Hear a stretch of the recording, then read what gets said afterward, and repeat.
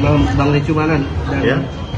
ini Bang terkait kemarin di Polda kan Indra Rusli mendatangi untuk mengajukan restoratif justice Ya. pada Mawar. Tetapi pihak Polda memastikan ini ditolak Bang. Ya. Itu gimana Bang sebagai kuasa hukum menanggapinya? Jadi gini ya, teman-teman media ya, terkait dengan upaya restorasi yang diajukan oleh Indra Rusli ya selaku terlapor ya, karena laporan polisi di Polda Metro Jaya sudah naik ke tahap penyidikan, sehingga terlapor ya kan berdasarkan Perkapolri boleh mengajukan yang namanya restoratif justice. Oke, itu ada juga di aturan kejaksaan ya. Jadi terlapor atau tersangka itu boleh mengajukan yang namanya restoratif justice, tidak ada masalah itu sesuai kok dengan peraturan Kapolri ya. Nah artinya apa? Ini kan ancaman pidana yang diadukan oleh saudara M ya terhadap Indra Rusli ini kan adalah ancaman pidana yang sebenarnya di bawah 2 tahun. Oke? Jadi terhadap ancaman pidana yang di bawah 2 tahun sebaiknya dilaksanakan restoratif justice saja. Karena kenapa? Kalau mau berpanjang-panjangan, ini jangan harap bisa menahan Indra Rusli kalaupun nantinya ditetapkan sebagai tersangka. Oke? Karena kenapa? Ancaman yang di bawah 2 tahun tidak layak untuk dilakukan penahanan. Yang pertama. Tapi kalau mau berpanjang-panjangan, ya saya rasa saya menghimbau lah ya, saudara M, kamu pikir baik-baik, ya. Perkara hukum tuh nggak enak loh, ya. Jangan juga perkara hukum tuh diusahakan untuk dinikmati, menjadi nyaman. Itu tidak ada satu perkara hukum manapun itu bisa membuat orang tuh nyaman. Ya, walaupun kamu pelapor, kamu juga akan dipanggil-panggil, kamu akan memberikan keterangan, melengkapi keterangan dan lain-lain. Itu adalah upaya yang sangat melelahkan. Sehingga saran daripada saya, ya kan, tempuhlah restoratif. Ya kan, toh kamu juga masih menerima nafkah dari suamimu kan, yaitu Fahmi ya, Ihsanul Fahmi. Ya, jadi dalam hal ini harusnya kamu menerima nafkah dia, terus kamu melaporkan dia. Menurut saya kurang sopan, gitu loh. Ya, nah, dan artinya dengan adanya konflik seperti ini kan, ya kamu juga banyaklah memperoleh berkah ya. Menurut saya ya Fahmi ini mendatangkan berkah buat kamu. Sehingga kamu secara aturan agama Islam ya kamu harus taat kepada suami gitu loh. Bukan malah memojokkan suami gitu ya. Ya malah berusaha merusak suami gitu. Ya kan, toh karir suamimu itu kan nanti kamu juga yang menikmati hasilnya gitu loh. Ya. Jadi saya dalam hal ini selaku penasihat hukum dari Indra Rusli, apa yang dilakukan oleh Indra Rusli itu dengan mengajukan restorasi itu udah sangat bagus. Ya, sangat bagus. Ya, artinya dia tidak menerima atau menolak restorasi ini, nggak ada masalah kita. Saya minta ini sampai ke meja hijau kalau gitu. Kita akan faktakan, ya. Saya perlu juga menyampaikan, ya, keterangan kepada Polda Metro Jaya. Ketua Komisi 3 Habibur Rahman telah menyatakan, dalam beberapa acara TikTok ataupun YouTube, menyampaikan bahwa nikah siri dan poligami itu tidak dilarang oleh KUHP.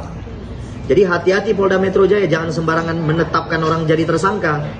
Ya, saya akan lakukan upaya hukum loh. Jangan sampai saya lakukan nanti laporan terhadap Propam Mabes Polri. Karena kenapa? Jelas ketua komisi yang menandatangani KUHP, ya kan, telah menyampaikan yang namanya nikah siri, poligami tidak dilarang. Oke, itu jelas ya. Kita semua tahu. Kalian boleh cek lah melalui TikTok ataupun melalui YouTube. Silakan dicek itu.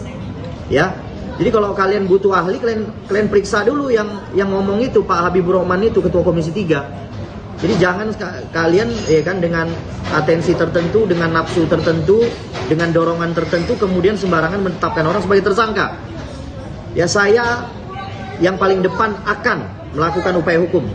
Ya kan, bukan hanya kepada pelapor, juga kepada penyidik yang sedang menangani perkara di Polda Metro Jaya. Oke? Selanjutnya saya mau sampaikan, kepada Polda Metro Jaya, laporan illegal access kami di Mabespori telah naik penyidikan. Artinya apa? Sesuatu yang kalian jadikan alat bukti dalam proses penyidikan laporan saudara M, ya, yang diduga diperoleh secara tidak sah, sudah naik ke tahap penyidikan. Ini hati-hati loh, ya, polisi yang memproses sesuatu laporan menggunakan alat bukti yang tidak sah, ini dapat dipidana loh, saya kasih tahu loh, ya, saya kasih tahu. Jadi saya minta laporan Polda Metro Jaya di hold, ya, di hold, dan biarkan laporan Mabespori berjalan dahulu. Karena kenapa? Kedudukan Mabespori lebih tinggi daripada Polda Metro Jaya. Oke, selanjutnya saya mau sampaikan kepada pihak penasihat hukum dari saudari M, ya, saya bukan inilah, ya, artinya Anda juga banyaklah buka-buka YouTube, itu ketua komisi udah ngomong gitu loh.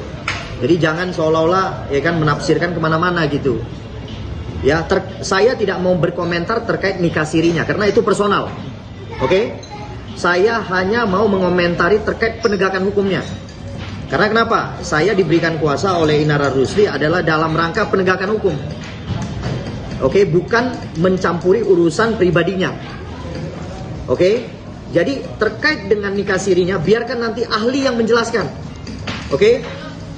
Ahli perkawinan ataupun mungkin ustadz atau yang memiliki kompetensi untuk menjelaskan lebih baik. Karena bukan saya. Ya kan, saya hanya bertugas membela klien saya. Oke? Terkait dengan keterangan-keterangan yang perlu dijelaskan oleh ahli perkawinan, baik itu kemudian ustadz dan lain-lainnya, perangkat-perangkat lainnya yang lebih ngerti terkait dengan nikah siri itu, ya lebih baik dijelaskan oleh orang yang memiliki kompetensi tersebut. Jadi jangan menafsirkan. Jadi saya minta juga kepada pengacara di sana itu, ya janganlah sembarangan ngomong gitu loh. Ya kan? Anda itu kan membela. Gini aja lah. Kamu fokus pada laporan kamu, saya fokus pada laporan saya. Kita lihat siapa duluan naik tersangka, gitu aja. Ya. Yang selanjutnya saya mau katakan, ya, saya akan mendesak Mabespori juga untuk memanggil saudari M. Karena kenapa? Dia telah menggunakan video itu, ya kan, dalam laporannya di Polda Metro Jaya hingga naik ke tahap penyidikan. Ya. Saya akan meminta, ya kan, dalam pemeriksaan tambahan kami nanti di Mabespori, bahwa kami akan mencantumkan ada kerugian material yang dialami oleh Inara Rusli. Oke? Jadi dengan adanya kerugian material tersebut, saya akan meminta kepada Mabespori ketika nanti terjadi penetapan tersangka, saya minta kepada para tersangka untuk dilakukan penahanan. Oke? Untuk dilakukan penahanan.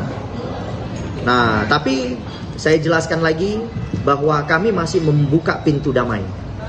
Jadi saya menyampaikan kepada rekan-rekan bahwa kami masih memberikan ruang untuk dilakukannya perdamaian. Karena ini prosesnya sama-sama naik penyidikan loh. Ya. Jadi saya minta kepada pihak sana jangan ada lagi yang coba-coba berspekulasi. Karena kenapa? Apabila makin banyak orang-orang yang berspekulasi dalam perkara ini, saya akan pastikan kita akan lakukan proses hukum. Bang, oke Bang. Abang tadi kan dengan tegas menyatakan bahwa ingin mendesak Mawa diperiksa juga terkait dugaan illegal akses. Artinya Abang juga mengejar Mawa nih. Apakah yang merupakan bentuk bargaining karena mau Inara dan Insanul dilaporkan sehingga biar sama-sama melaporkan? Iya. Oh iya, jelas lah. Itu sudah jelas. Itu kan saya terbuka aja di sini. Kita melaporkan illegal access. Pihak sana saudari M melaporkan katanya perzinahan. Ya, ancaman hukuman perzinahan di bawah 2 tahun. Oke? Illegal access kami di atas 5 tahun. Saya maunya semua ini damai. Untuk apa sih ribut-ribut? Ya kan? Nah, sekarang pertanyaan saya, secara hukum Islam, istri itu harus nurut sama suaminya. Istri kan menganggap suaminya imam, betul tidak? Ya kan? Imam itu artinya apa? Guru. Ya kan? Yang bisa membawa keluarga itu ke arah yang baik dan lain-lainnya. Ya kan? Di sini kan dia berbuat baik kok, ya kan? Walaupun ada hubungan, ya, yang diklaim sudah ada nikah siri, itu kan ibadah sebenarnya. Artinya jangan dong istri pertama melarang ibadah suaminya, Yang benar aja. Jadi saya minta ya, Saudari M pikirkan baik-baik. Saya akan mendorong terus. Saya akan mendorong terus Mabes Polri untuk mengejar siapa-siapa saja yang terlibat dalam perkara ini. Bang, berarti dalam artian nggak ngaruh ya bang mau ditolak atau enggak atau mereka bilang kan karena Saya dari awal sudah tidak sepakat. Untuk apa diajukan RG? Lanjut aja, nggak ada masalah kok. Ya kan? Ya saya mungkin rekan-rekan wartawan tahu saya pegang perkara banyak loh. Ya, perkara-perkara viral juga saya pegang.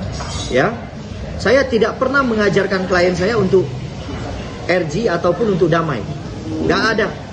Ya kita perang-perang aja. Gitu loh, ya kan? Indonesia merdeka juga karena perang kok, walaupun pakai bambu runcing kan gitu. Ya kan? Berarti artinya apa? Ya kan? Kita harus semangat. Ya kan? Walaupun perang akan sakit nanti belakangan ya harus dilalui, ya lalui aja gitu loh. Ya kan? Itulah bentuk niat baik daripada Inara Rusli mengajukan RG. Apa cukup, apa kurang baik apa lagi dia? Ya, dia sudah direndahkan serendah-rendahnya loh dia loh. Ya, tapi dia ngajukan, dia datang loh ke Polda kemarin hari Senin, saya aja nggak tahu. Dia datang, dia nunggu, malah ditolak. Saya bilang, ngapain kamu nunggu-nunggu, udah biarin aja ditolak. Kalau saya nggak sepakat itu, ya kan? Nanti begitu dipanggil Mabes juga gemetaran. berarti gini bang, harapannya gini, dengan ya udah nggak ada damai-damaian. Kalau pihak mama kan tadi kan tetap menekankan bahwa belum sampai detik ini tidak dari INA dari mereka. Apa itu juga salah satu bentuk langkah abang juga? Kalau dia memperkenankan RG itu dia datang kemarin, ya menurut saya ya, saya nggak mau menebak lah ya, kemungkinan ya itu akan disampaikan langsung oleh Inara.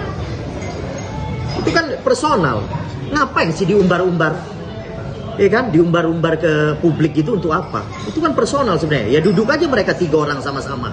Ada si M, ada si Inara Rusli, ada si Insanul Fahmi, silakanlah. Saya juga sampai ini hari saya tidak pernah mencampuri urusan pribadi mereka loh. Ya, apa yang menurut Fahmi baik untuk dia lakukan. Apa yang menurut Inara Rusli baik untuk dia lakukan, tempuh. Ya kan? Apa yang nanti menurut M baik untuk dia, tempuh, silakan. Kita nggak akan membatasi kok. Ya kan, cuman dia harus ingat. Dulu dia pas waktu menikah itu ijab kabul kan pasti dia bilang dia menerima Fahmi apa adanya, pasti dong. Ya kan, namanya orang berijab kabul itu menerima kan keadaan suami seperti apapun kan, dalam bentuk apapun kan. Ya kok sekarang dia malah komplainnya kemana-mana gitu loh. Ya kan, ini kan urusan pribadi yang sebenarnya mudah kok diselesaikan. Ketemu aja coba, ngobrol hati ke hati, selesai kok nih barang. Ini bukan perkara ijazah palsu ini. Tapi kan sebenarnya emang cuma pengen ada permintaan maaf aja bang dari pihak bawah. Iya, kita makanya kan Inara ajukan RG. Tapi RG aja ditolak, apa yang mau disampaikan? Nggak usah lah, ngapain? Sebenarnya ada kekecewaan juga dari penyampaian Inara yang kemarin di Mabes itu menyebut dia diblokir lah Instagramnya. Nyatanya itu semua nggak pernah dilakukan oleh Mawa bang. Iya, kalau itu saya nggak bisa mengkritik karena kenapa? Saya kan nggak lihat langsung, ya kan?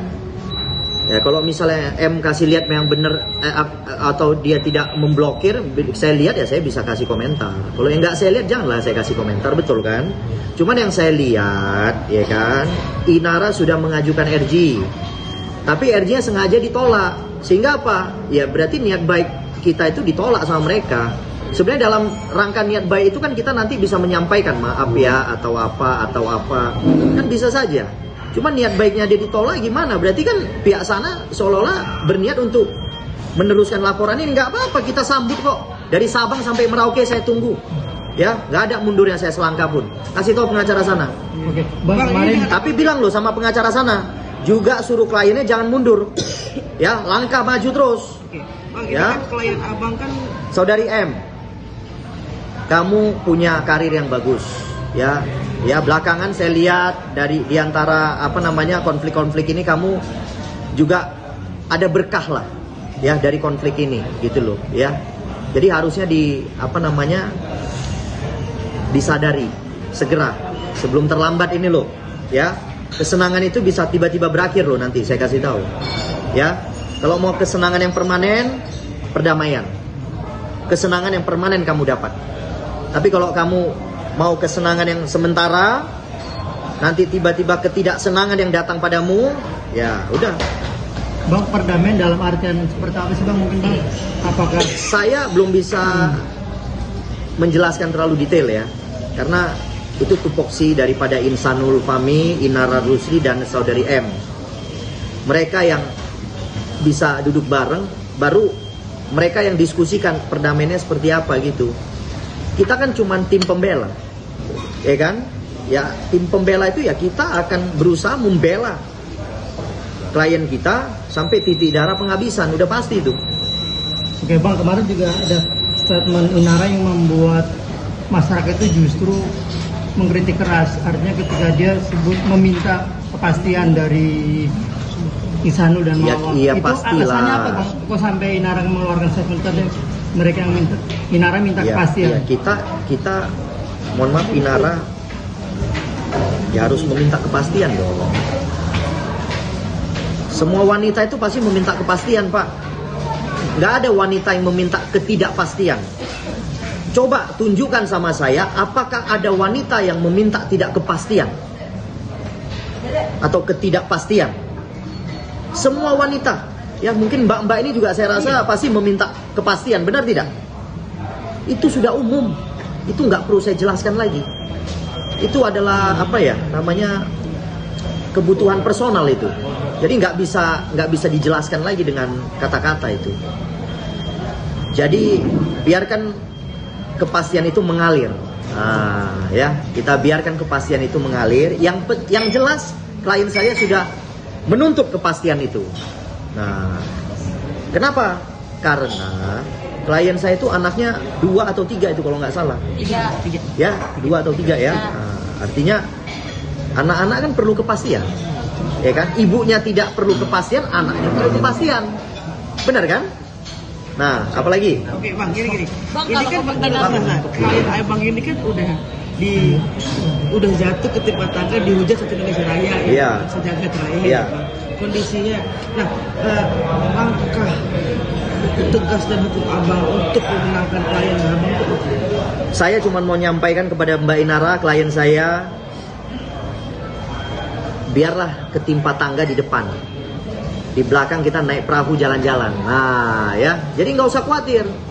Kalau bencana datang di depan mata, kita hadapin, ya kan? Kalau indah, lebih baik nanti indahnya di belakang. Bersakit-sakit dahulu ya? Bersakit-sakit dahulu,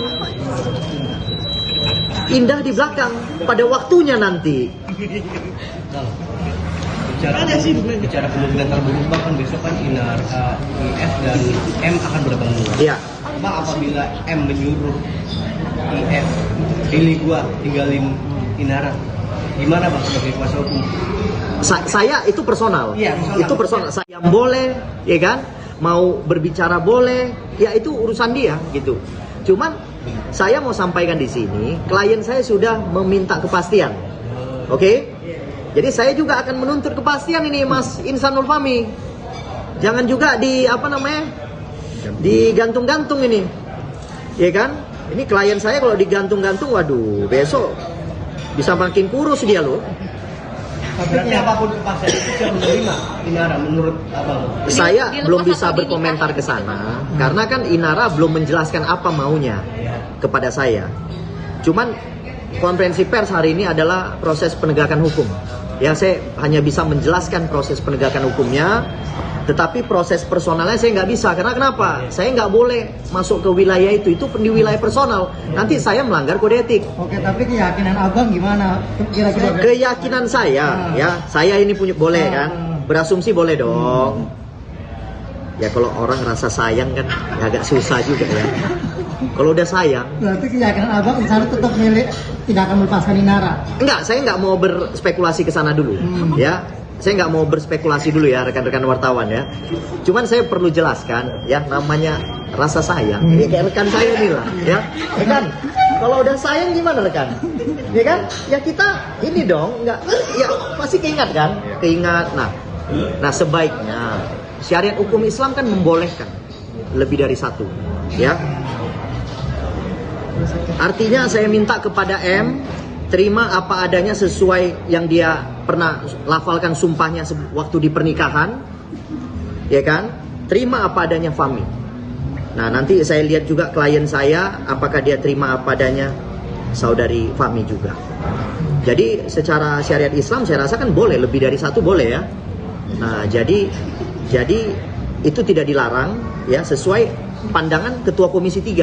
Iya, Habibur Rahman. Dia udah ngomong kok. Iya, Bang, tapi menurut Abang sebagai kuasa hukum Inara tentunya kan sudah banyak ngobrol nih dengan Inara. Ya. Apa sih yang membuat Inara dia mau loh dipoligami menjadi istri kedua nih dari Ihsan? Apa yang Artinya dia sudah benar-benar loh menerima.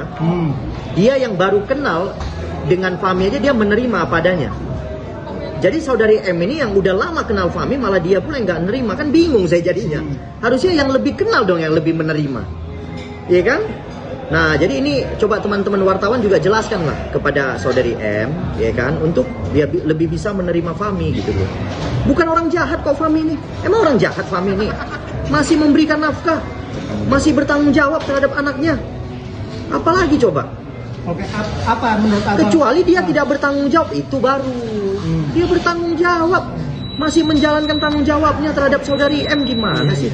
Oke Bang, menurut Abang apa yang membuat Inara mau nih Bang? Artinya kan banyak, misalkan kalau mau mencari sosok pendamping suami banyak nih, masih banyak nih tanpa suami orang nih. Apa mungkin Bang? Nah, saya rasa saya jangan masuk ke wilayah personal. Itu makin panjang nih, nanti nggak habis-habis. Kalau wilayah personal itu nggak bagus. Ya, kita bahas. Sebaiknya saya mengurangin lah, memberikan komentar terkait wilayah personal. Lebih baik terkait penegakan hukum, pandangan hukum saya boleh jelaskan. Tapi kalau wilayah personal, saya rasa saya membatasi diri dulu untuk menjelaskannya lebih jauh. Oke, kakak mau